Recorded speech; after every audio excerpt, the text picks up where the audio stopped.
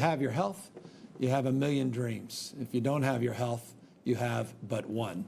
And that's why today I want to talk about one of the most impactful things you can do to protect yourself, protect your health and the health of others, and more broadly, the community and our state. And that's the importance, the imperative of doing what we can to practice what we have been preaching, and that is putting on a face covering, wearing a face mask. Countries that have worn masks, that have had universal mask policies in place at the beginning of this pandemic, have seen a substantial reduction and mitigation of the spread of COVID-19 in this virus. States that have also mandated requirements in cities and counties, large and small, have also seen slower spread in comparison to other states that have not adopted, or other counties and communities that have not adopted these standards. The evidence is simply overwhelming. Masks keep Californians healthy.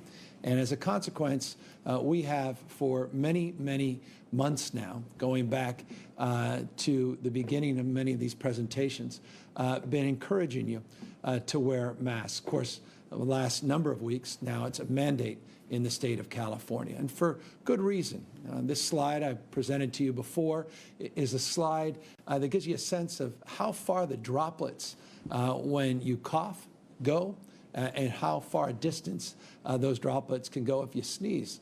Just take a look at this closely. If you cough, droplets go about 6 feet. Even if you take a big exhale, droplets go as far as 4.5 feet. But if you sneeze, 26 feet. So it's just a reminder of the power and potency of these masks to mitigate the spread of those droplets and to keep you healthier and keep others healthier and safer at the same time. For months now, we have been putting out PSAs, public awareness campaigns. Recently, we put out one with all of the ex-governors, and just very proud of Governor Schwarzenegger and his inspiration for this idea to encourage Governor Brown, Governor Davis, and Governor Wilson to put out a PSA. And what was notable about this public awareness campaign that we put out a number of weeks back was not only that 4 ex-governors were willing to do it, which was humbling in and of itself, but 2 representing the Republican Party, 2 representing the Democratic Party, making the point that this is not a partisan issue, this is not a political issue, this is a public health issue. We did PSAs that we put out in a very culturally competent way in many different languages all throughout the last number of months, encouraging you, back when we had the stay-at-home order more formally advanced, encouraging you to practice physical distancing, social distancing, to do the kind of hygiene that is required at this moment, and of course, wear masks. We did animations. We went so far as to, well, when in doubt, pull in the Seinfeld cast and got Larry David. If you haven't seen these PSAs, I, by the way, encourage you to take a look at these PSAs that are on the covid19.ca.gov website, or just type in Larry David PSA. And of course, you can't be an ex-lieutenant governor and not be a fan of Veep. And so we also had Julia do a video for us as well. Snoop Dogg, Kim Kardashian. I honestly could add to many of these. I can show you images of PSAs we put out, but we tried to really break the barriers in terms of breaking down, meeting people where they are by age, demographic, whether or not they're watching broadcast TV, radio, or social media, if you're on TikTok or you're on Instagram, if you're doing more traditional social media on large platforms. We tried to reach out, but we did so in more of an episodic way. We are now launching a major public awareness campaign, announcing it formally today, launching it formally today, that is much more comprehensive, much more dynamic, we hope much more impactful, to encourage people to wear masks and mitigate the spread of this virus. We've already received, and I couldn't be more proud to have received $10.75 million in this campaign, $27 million additional dollars in-kind contributions to begin and to launch this campaign. I just want to be, express gratitude, and I want to express appreciation, particularly to the CDC Foundation, the Sierra Health Foundation, the Chan Zuckerberg Foundation, to Jeff Skoll and his foundation, to Rick Caruso as an individual contributor, to Tom Steyer as an individual contributor, and to our entire Business and Jobs Recovery Task Force that helped inspire this effort and has helped organize our effort in a multidisciplinary approach. Again, radio, TV, a focus on messages that we think can hit home in traditional ways, more emotional ways, and again, in messages that people can understand in Arabic, in Cantonese, in Mandarin, in Vietnamese, and other languages, and clearly Spanish. I'll give you a preview of what this public service announcement will look like. It includes, and I'll get to that in a moment, some billboards as well, animation. But we'll start with these two very short videos that will give you a sense of what you are going to start seeing on your TV screen.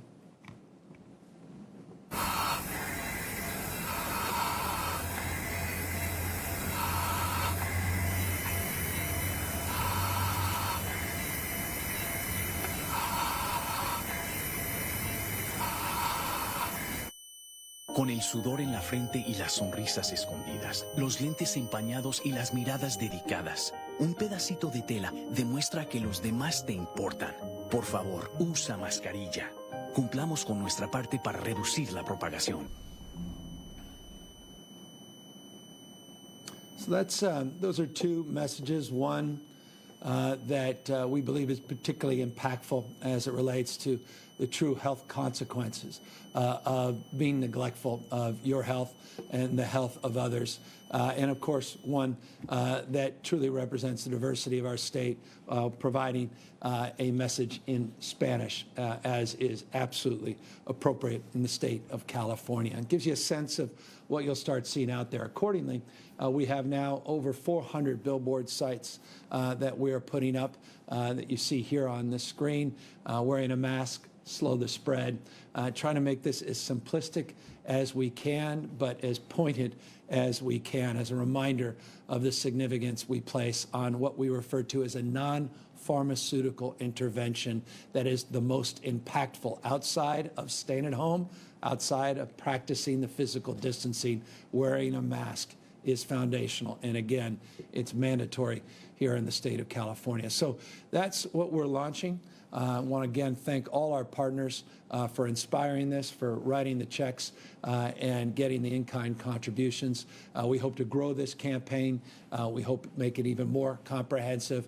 But as I said, you'll be seeing the fruits of this effort tonight, this afternoon. These billboards are coming up and the PSAs are going out. And of course, over the next few days, in particular around 4th of July holiday weekend. We want to get this done before the 4th of July holiday weekend and then well beyond until we mitigate the spread of this disease.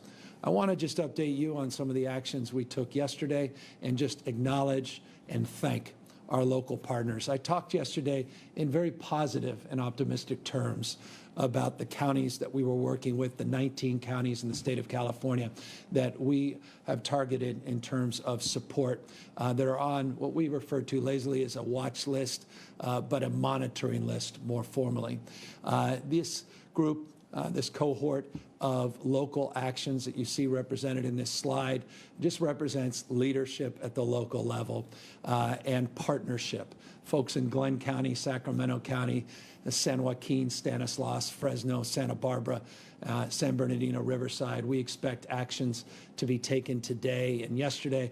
LA led Kings County, Ventura, Solano, and we talked about Imperial County and how they moved. Their credit in partnership, the spirit of partnership, to meet this moment and do more so that we can all do better in mitigating the transmission, the spread of this disease. So that represents the vast majority of the 19 counties. We're working with the other counties, and we made this clear, again, in the spirit of partnership, that we don't want to do things to you, but with you. But we reserve the right to move forward with this mandate if we don't see action at the local level demonstrably, just in 24 hours, you've seen local level action along the lines of what we were hoping for, and we expect all 19 to come into compliance. And again, if not, that hand will be forced in the spirit that requires this moment. And again, we're confident we're going to see progress. By the way, I want to also just acknowledge the incredible progress we've seen as it relates to Orange County's move and the work local beaches and Huntington Beach and some other beach communities. To their credit, their local elected officials, local health officers are moving forward with their own local decisions that go beyond just closing parking lots to help decompress their beaches over the 4th of July weekend. We want to applaud that, want to acknowledge that, and also just thank, again, the leadership in LA and Ventura County that really led with that local framework, looking again specifically into this holiday weekend with the kind of concern that many of us have about people gathering, mixing outside of their household, not practicing physical distancing, not wearing face masks, and the prospect that in a week or 2 to 3 weeks, we'll see those numbers spike yet again. I want to just encourage people, as always, to do the right thing, and we expect the vast majority. It's demonstrable on the basis of the actions you've seen from those counties on that previous slide. But we want to encourage as individuals and business leaders to do the right thing. Yesterday, I announced that we were going to send out notifications from our what we call Occupational Safety and Health Board, OSHA, as it's commonly referred to. We put out over 350,000 letters that we've sent out yesterday, specifically laying out expectations in terms of good business behaviors to protect not only customers, but to protect workers in those businesses. We also put out other public health information and mandates that we also will follow up through this enforcement action that we highlighted yesterday. 6 regions of the state, teams of anywhere from 7 state agencies to as many as 10 state agencies that will be going out in the spirit of collaboration, spirit of education, spirit of cooperation, and not a punitive frame first, but an encouragement frame first to help enforce all of these efforts, again, because the seriousness of we take right related to the recent spread and increase in cases of COVID-19. Let's talk about that increase in spread. In the last 24-hour reporting period, we saw 4,056 cases that were identified as positive to begin the month of July. We have seen over the course of the last 14 days our positivity rate now rise to 6.3%. Again, it started 40.8%. When we did the first 14-day roll, we saw a significant decline in the positivity rate. Unfortunately, we're starting to see an increase in the positivity rate, not only over a 14-day period, but over the last 7 days, it has been 6.9%. Looking, though, at the 14-day period, I want to show you that trend line. This is why we have the mask mandate. This is why we're doing the PSAs. This is why we're encouraging you to take individual responsibility, more social responsibility to protect your family, your friends, and the broader community. But the slide you see represented here, that increase in that orange line represents a 37% increase in the positivity rate just over a 2-week period. Again, now over a 14-day period, 6.3%. The number of hospitalizations, I've said this on many occasions, I'll repeat it. Again, today, hospitalizations, as you see positivity rates go up, total number of cases that are identified as positive, we're going to see a trend line of increase in hospitalization as a lagging indicator. We've now had a 56% increase in hospitalizations over the 2-week reporting period. 56%, just over a 2-week reporting period. Again, reinforcing the importance of these local actions and reinforcing the importance of your personal responsibility, your actions on behalf of yourself, your families, over the course of this holiday weekend.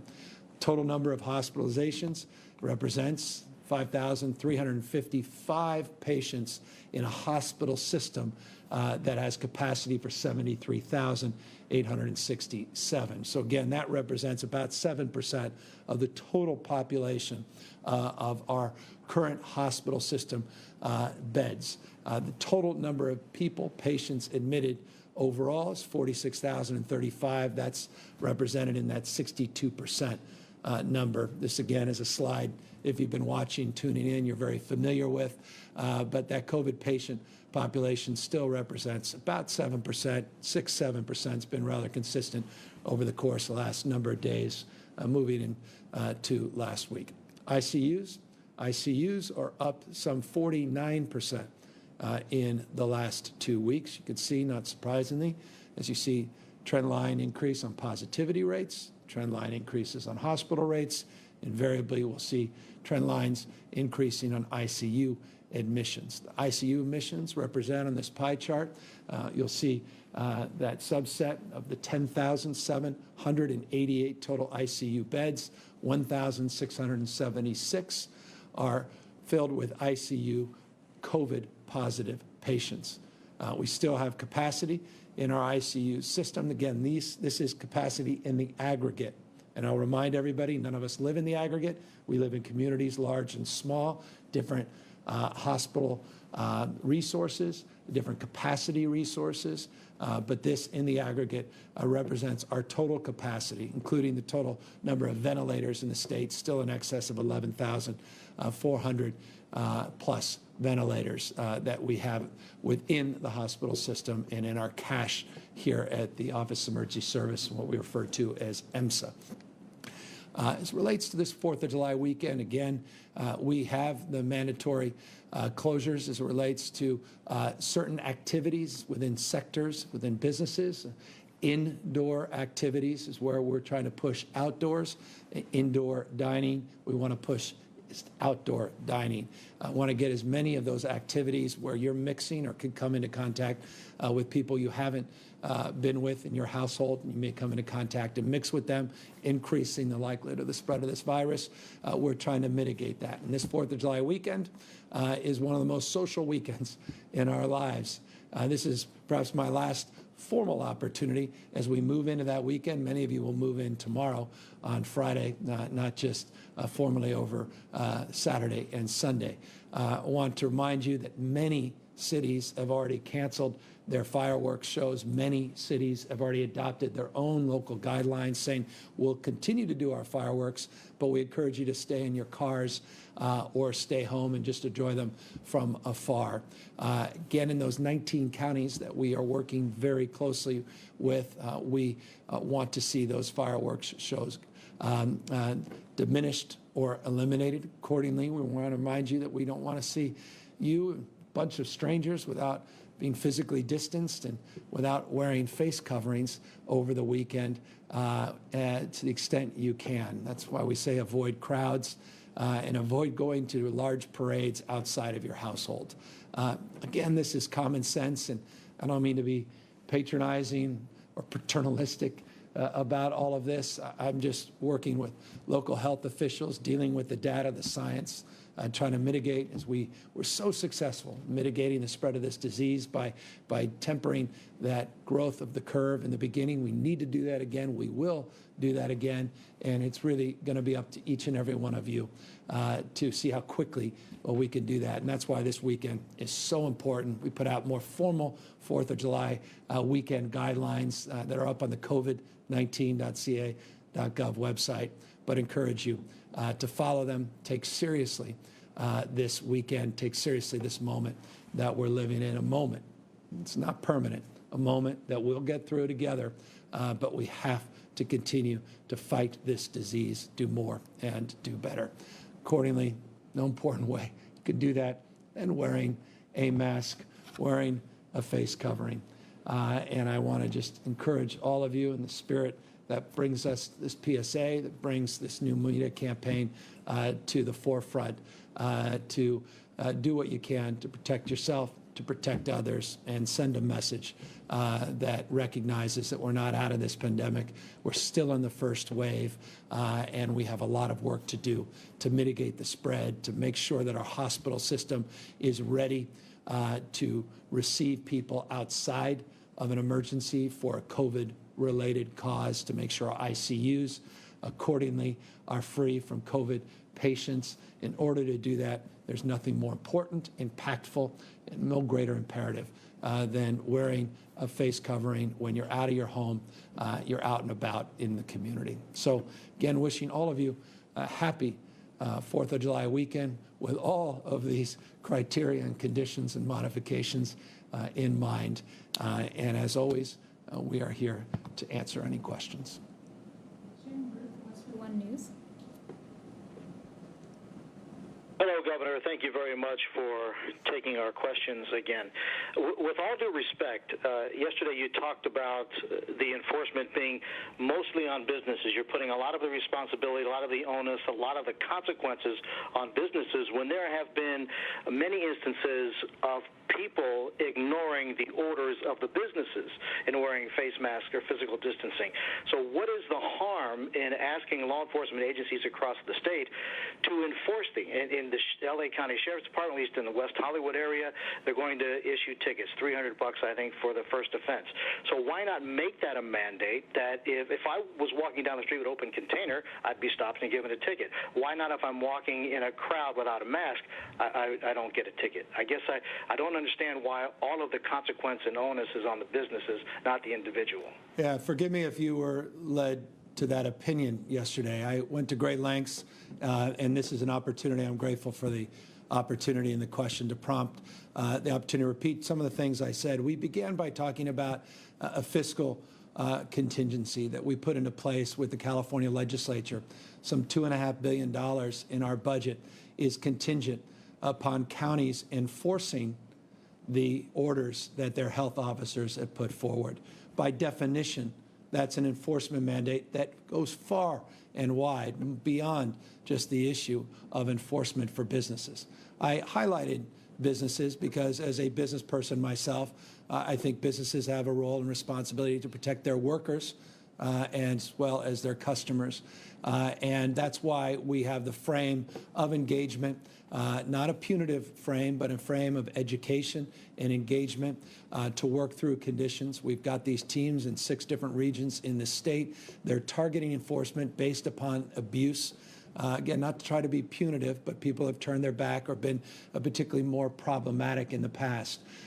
By definition, the contingency on the $2.5 billion related to health officers and mandates transcends, again, just the business sector. And that includes masks. It includes a cross-section of roles and responsibilities. So we look at regulatory, we look at codes, we look at encouragement, we look at education. That's the purpose of today's presentation, is an education campaign.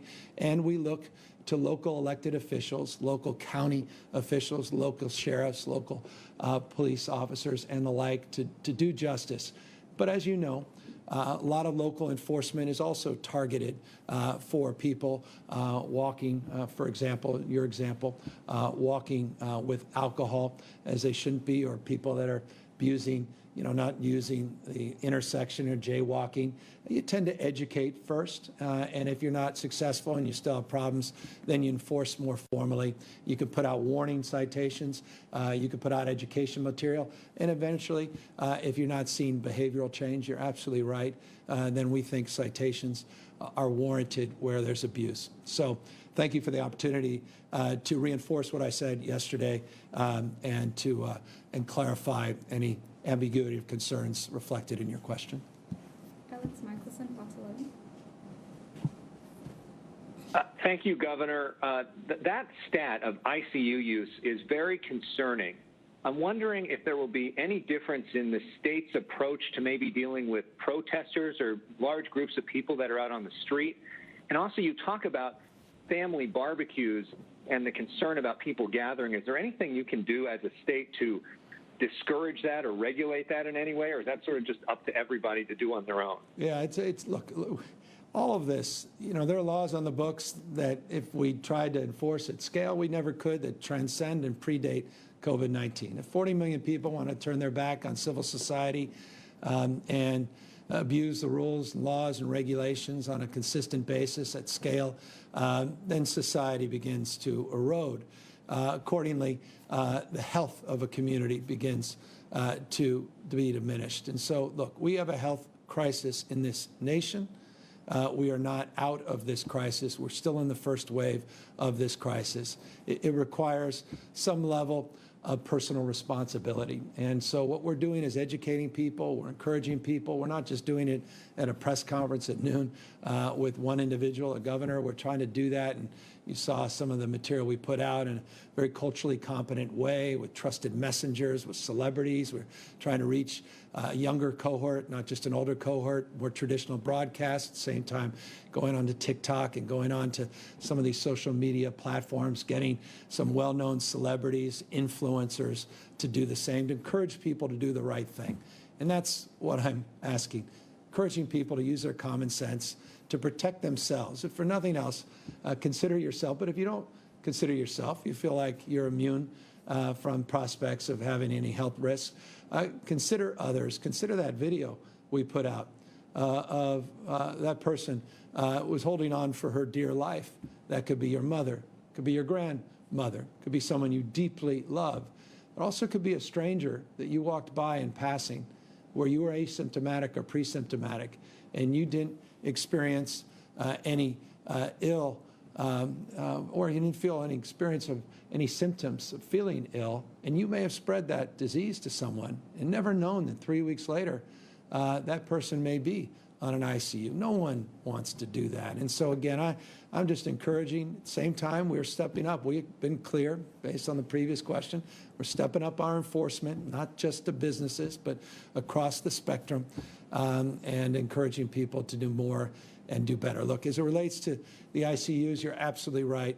ICUs are a point of real concern. It goes back to the ventilator questions. It goes back to our capacity well beyond just COVID-19 to deal with the needs of people in acute medical conditions. And so that's a number we have closely monitored. 49% increase in the last 2 weeks. 73 human beings lost their lives in the last 24 hours because of this disease. 110 lost their lives.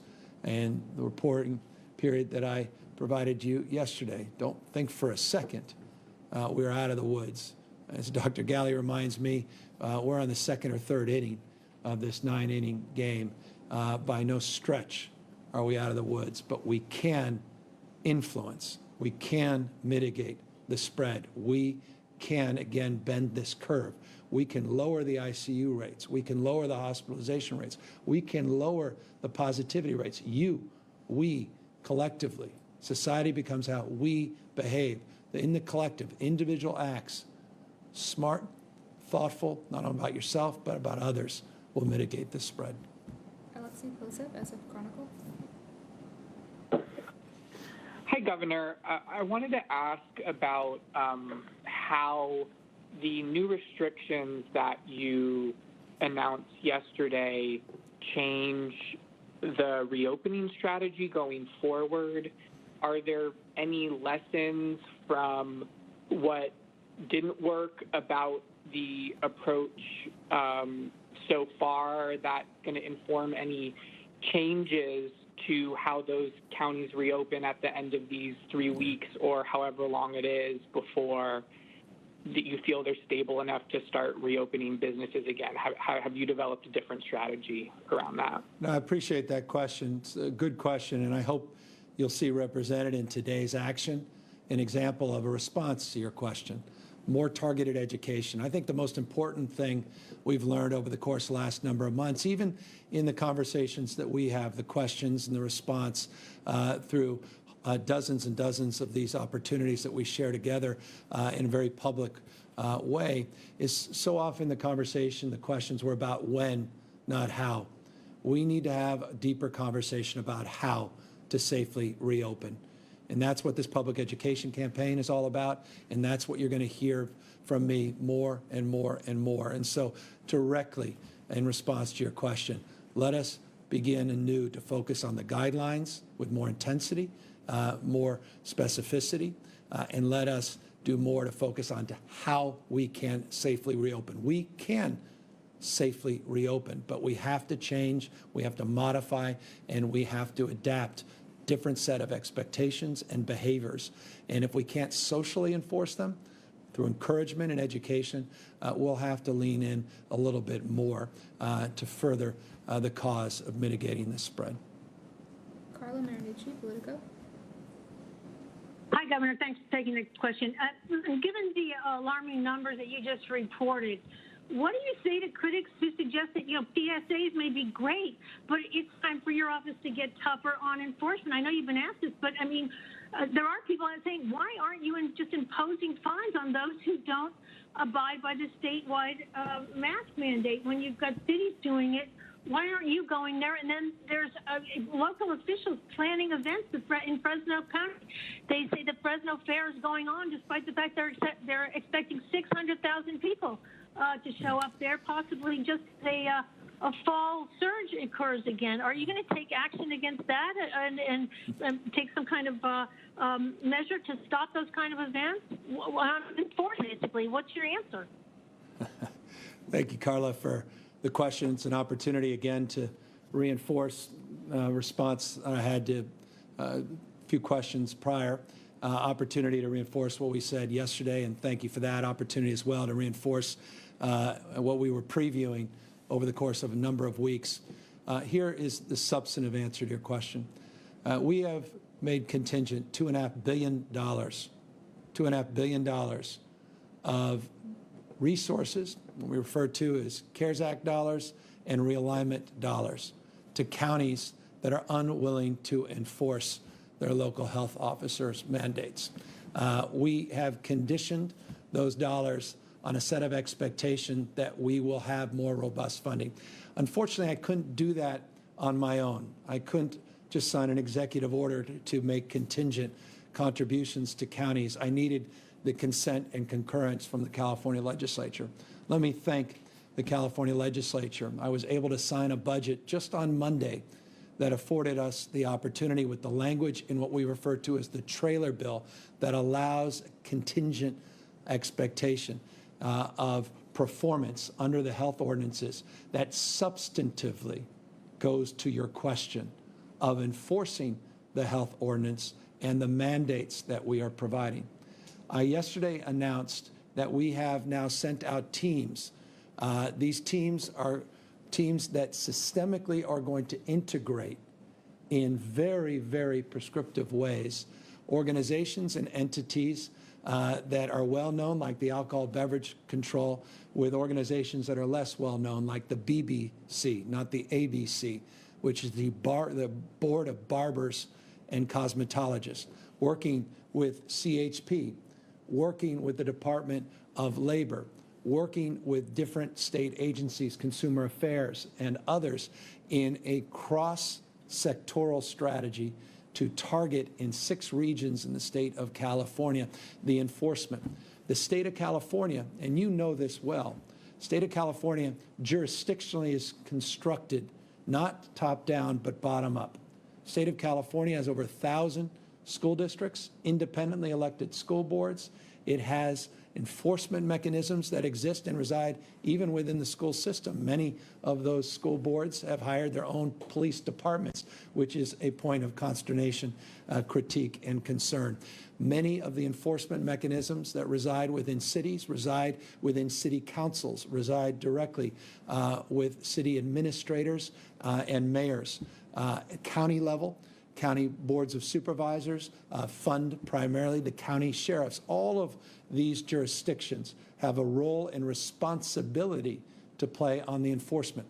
If we don't see those roles being advanced, if we don't see the level of enforcement that I can hear in your voice, you're encouraging, or you have described based upon those have inquired to you, that's precisely why we put up $2.5 billion of contingent money. It's precisely why we have these teams already assembled in 6 key regions in this state. It's precisely why we'll continue, because we have been enforcing at the Alcohol Beverage Control. We have been enforcing for months at BBC. We'll continue to build on that enforcement frame. And it's exactly why I began, forgive me for belaboring this, it's exactly why I began with that slide showing counties, including Fresno, that presumably is acting today based upon the input that they provided us this morning to advance the spirit and the letter of the mandate that we announced yesterday. That should also mitigate the concern that you referenced about their particular activities. Brandon Pho, Voice of the Sea. Hi, Governor. Thank you for taking my questions. I'm calling down here from Orange County and just wanted to know what will be done about Orange County's past disregard for enforcing mask orders, stuff that the sheriff has said about taking a more educational approach when we're going into the 4th of July weekend. And yeah, I mean, and whether or not you think that that fiscal contingency strategy will be enough for a county like ours that has shown such disregard for it. Well, I certainly hope and expect it will. I had a really robust conversation with organization that you know well, others may not, called SESAC. It's basically the organization representing 58 counties in the state of California. They have an outstanding leader, Graham, who and a wonderful president of their organization, Supervisor Bartlett from Orange County. She was magnificent in the phone call yesterday in terms of her understanding of this moment, her desire to meet it, her representative responsibility as a supervisor, working through SESAC as the current president of SESAC and its director, Graham, to make sure that we are working together and that we're eye to eye in terms of how the contingency plan may work. She expressed, understandably, concern at a lot of counties by the magnitude of the money, because $2.5 billion is a significant amount of money for counties that are struggling right now, particularly with related costs associated with COVID-19 and revenue declines as a consequence of COVID-19. So we have their attention, I assure you. And let me just say, not only is it demonstrable in that conversation we had yesterday, but it's also, I think, demonstrable in Orange County today that looks as if they are moving.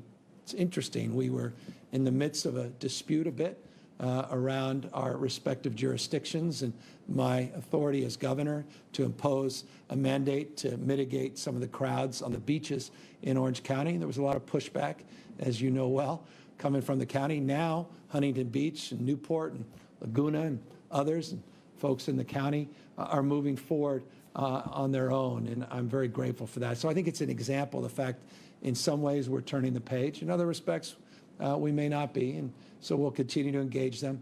But I just want to thank the leadership down there, and I want to thank all the county representatives that I know are working hard to keep their community safe and are really engaging in the spirit of cooperation that is required at this moment. Bill Willen, LA Times. Hi, Governor. In your ramped-up restrictions that you announced yesterday for the 19 counties, I mean, noticeably not on the list were places like churches and gyms and fitness centers, day camps, even government bodies that are still meeting in some of these really highly impacted counties. Why is that? Well, as I've stated in multiple occasions yesterday when I had the one-on-one conversations with... Noticeably not on the list were places like churches and gyms and fitness. Sorry, I had a little feedback there. I had an opportunity to talk to many of you one-on-one in interviews yesterday. That question was posed on multiple occasions. Forgive me if I may come across as repeating myself from some of you that directly asked. We specifically put out, a number of things happened yesterday. We specifically put out new guidelines for gyms yesterday. I'd encourage you to take a look under the guidelines sections of covid19.ca.gov to learn more about those guidelines for gyms. We also put out new guidelines for places of worship, which is also available on the covid19.ca.gov website. So specifically, we updated the guidelines yesterday in that space. I referenced yesterday and in those interviews that we had with many of you that as it relates to casinos in the state, we are having government-to-government conversations with sovereigns, the tribal nations that reside within the state of California, respecting their sovereignty and respecting the incredible partnership we have had over the course of many, many years, but also in the beginning of this pandemic, where they moved and worked with their county health officers, or at least with their co-partners in the counties that they operate in, to advance the stay-at-home order. And many have been models as it relates to how to effectively and safely reopen. So we're working with them as well. I made it clear yesterday, and I'll make it clear today. We have a lot of work we're doing, not only with those 19 counties, but a number of other counties that we think shortly may come on the monitoring list, as well as other sectors of our economy. And so we want to be targeted. We want to be targeted to hotspots. We want to be targeted based upon what we're hearing from health officials in counties as it relates to their concerns around spread. And we want to work as we have sectorally with industry leaders to put out guidelines and update them. And I can assure you, you'll be among the first to know. As soon as we make any additional updates, we will make them public, and we'll continue to monitor the situation and be flexible in our decision making on a daily basis. This disease doesn't take weekends off, nor do we, in terms of updating our health advice and counsel. Ashley Zavala, Crown 4. Hi, Governor. I know yesterday, and correct me if I'm wrong, but I think you said that CHP was involved in the strike force on enforcement with the state's guidelines. But I'm looking at CHP's permit calendar for the 4th of July, the same day. I know your administration is kind of urging everyone to not gather with people they don't know, and I'm seeing that there's a 300-person protest, 2 weddings, another demonstration, all with, dozens of people, and the 300-person protest.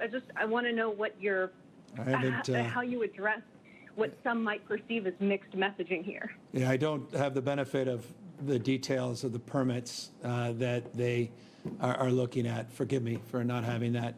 I pride myself on having a lot of information, but not all the permits that have gone in front of the state agency.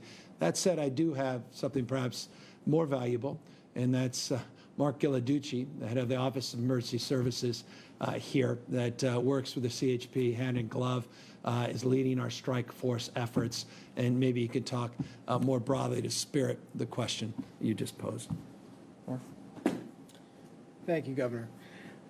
So CHP has gotten permitting requests for protest, and obviously, we have been working to try to provide the opportunity for peaceful protests to take place.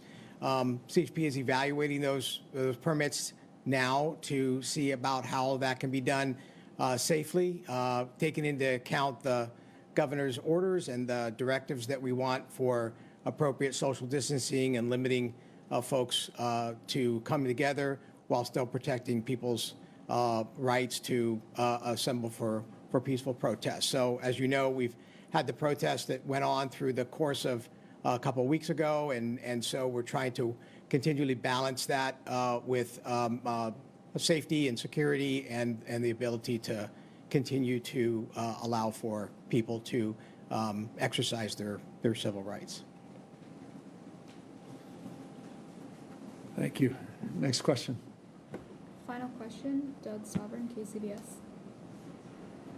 Hi, Governor.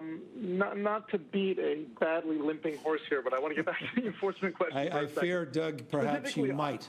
But God Can you hear me, Governor? Perfectly. Okay. I've heard from a number of people who say they don't understand why they're being told you can't go see Grandpa this weekend, you can't see Uncle Joe, you can't have a barbecue with your neighbors, but then they turn on the TV and they see hundreds or thousands of people protesting. And can you explain, they see that as selective enforcement, preferential treatment given based on political persuasion. Can you explain for people why they should listen to these messages when they do see that happening and no one getting tickets, no one even being told to enforce the mask or social distancing rules? Yeah, if they care about their grandfather, their uncle, their aunt, that's why they should listen. Look, we're not going to everybody's backyard and enforcing, you know that, and they know that. We're just encouraging people to be safe, to be thoughtful about themselves and others. Just because, I honestly, I maybe was unique in my household, but I don't think it was. I think it's universally taught. Just because someone else is doing it doesn't mean you should. I remember my mother, my dad saying that on probably 2,000 occasions. Just because someone else is doing it doesn't mean you should. People know what the right thing to do is. I encourage them to do the right thing. And people also understand that we have a constitution. We have the right of free speech. And we are all dealing with a moment in our nation's history that is profound and pronounced. You know that as well. And I think many of those individuals that you're referring to in that hypothetical or the literal example you're proposing also understand that. And I recognize the dichotomy and, to the extent, the dialectic between those examples. And all I can offer is this consideration. Do what you think is best, not only for you, but for the health of those you love. Look at the epidemiology. Look at the spread of this virus over the last few weeks. Look at the fact that our hospitalization rate has gone up 56% in just 2 weeks. Consider the fact that ICUs have gone up 49% in the last few weeks. Consider that when you go about coming together, perhaps, with members of your family or strangers or neighbors you haven't been with in some time over the course of the weekend. And just consider one of those stats may be you. And if you think this hasn't or won't impact you because it hasn't impacted you, I hope to disabuse you of that based upon not only the 73 lives that were lost in the last 24 hours, the 110 the previous 24 hours, or the fact that we are now experiencing unprecedented rates of growth of COVID-19. I hope you'll be safe, not because we have the tools or capacity to enforce 40 million individuals and their decisions and behavior, but because as a community, we're capable of doing more to meet this moment and to mitigate the spread. And so I am calling on the better angels and for people to use their common sense and do what they can to keep themselves safe, keep their loved ones safe. And to the extent that we have agencies up and down the state doing enforcement, doing the kind of outreach and education, well, we are now doing that at a record scale that we've never done in the past. And we're just hoping that we'll see some modification of behavior that may have happened on the natural and the default as we not put out all this guidance, all these recommendations, and these public service announcements. So, look, thank you all for staying on message as reporters in terms of the questions, and thank you all to members of the public, those of you that have given me the privilege of your time. Thank you for extending it yet again. I'm grateful to you, and I just encourage everybody, if I haven't said it enough, I'll say it one final time before we enter into this holiday weekend. Happy 4th of July weekend, and wear a mask. Take care, everybody. All right, that was the governor again talking about the importance of wearing a mask and social distancing during this holiday weekend, urging everyone to do what they can to stay safe, like wear a mask. The state is launching a major public awareness campaign to encourage everyone to wear facial coverings. Yeah, the governor also said he expects actions to be taken today in Riverside County and those other counties where these new health orders have been issued yesterday. The governor is saying there were 4,056 new cases of the virus over the past 24 hours. The state's average positivity rate also up 2% to 6.3%. That's over the past 2 weeks. Yeah, also a 56% rise in hospitalizations over those same past 2 weeks. COVID-19 patients accounting for 7% of hospital capacity. The governor says we still have capacity in the ICU system, but numbers are still rising, which is a concern. Our ICU numbers are up nearly 50% from the past 2 weeks. Important to wear those masks.